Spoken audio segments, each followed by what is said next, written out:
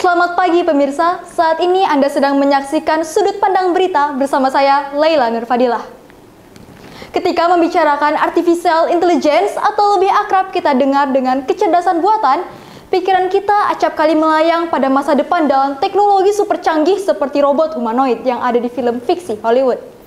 Namun tanpa disadari, kecerdasan buatan sering digunakan dalam kehidupan kita sehari-hari, terutama dalam dunia pendidikan. Pada episode kali ini, kita akan membahas lebih dalam mengenai kecerdasan buatan. Berikut informasinya kami sajikan untuk Anda.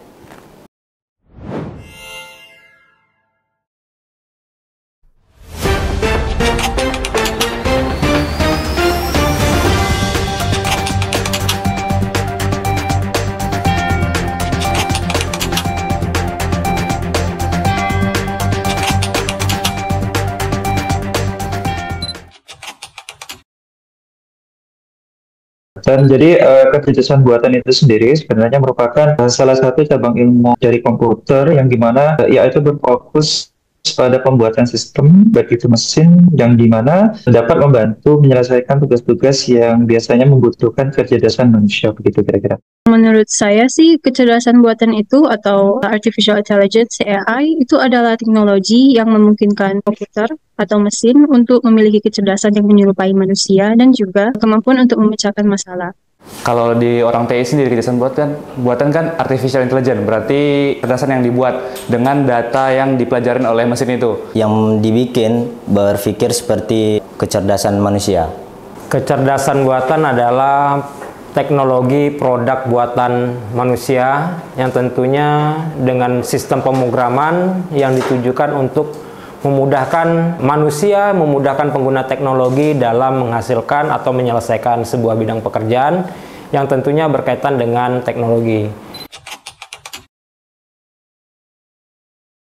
Pernah menggunakan AI seperti asisten virtual, itu misalnya di Google Assistant dan ChatGPT.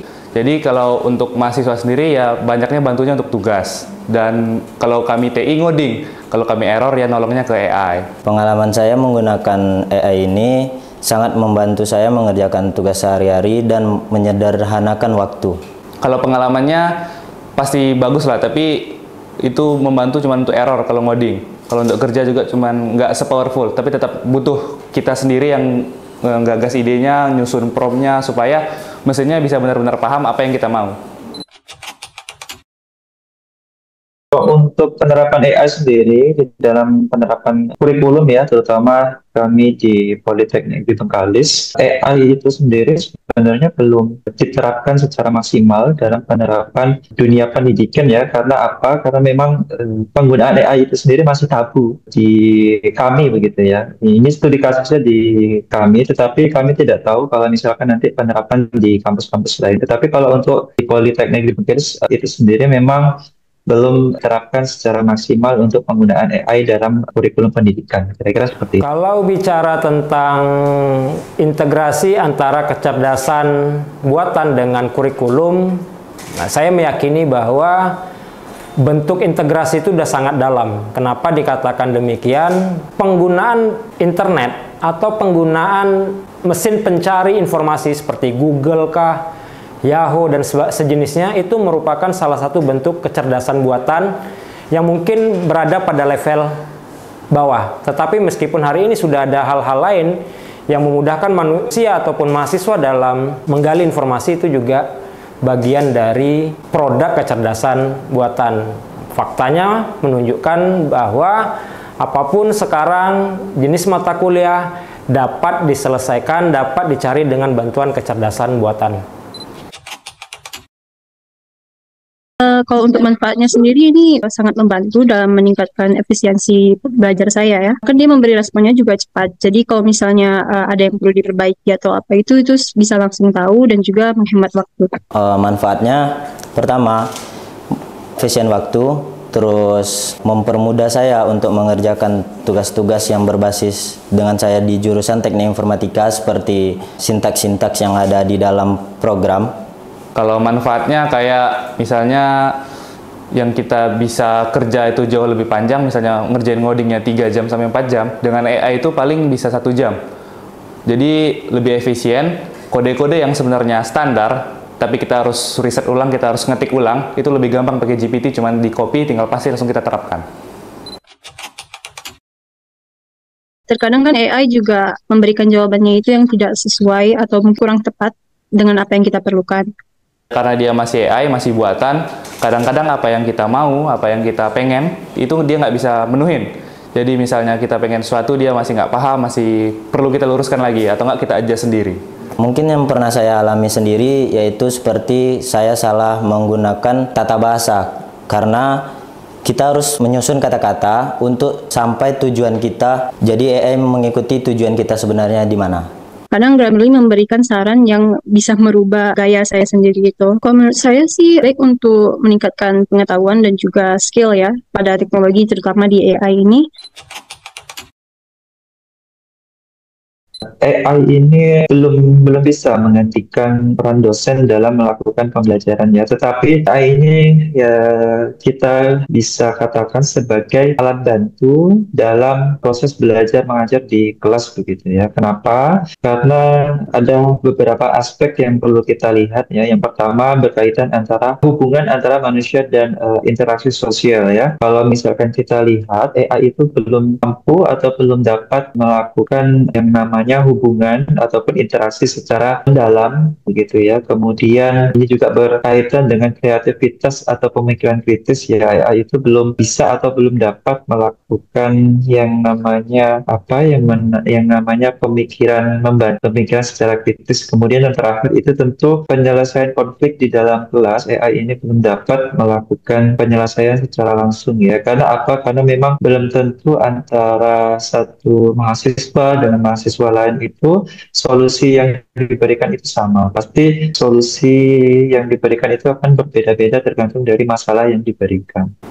Kalau melihat dari perkembangan teknologi dan kebutuhan akan informasi, ini sangat memungkinkan ke depan bahwa dosen sebagai manusia satu saat nanti akan digantikan oleh kecerdasan buatan. Karena apa?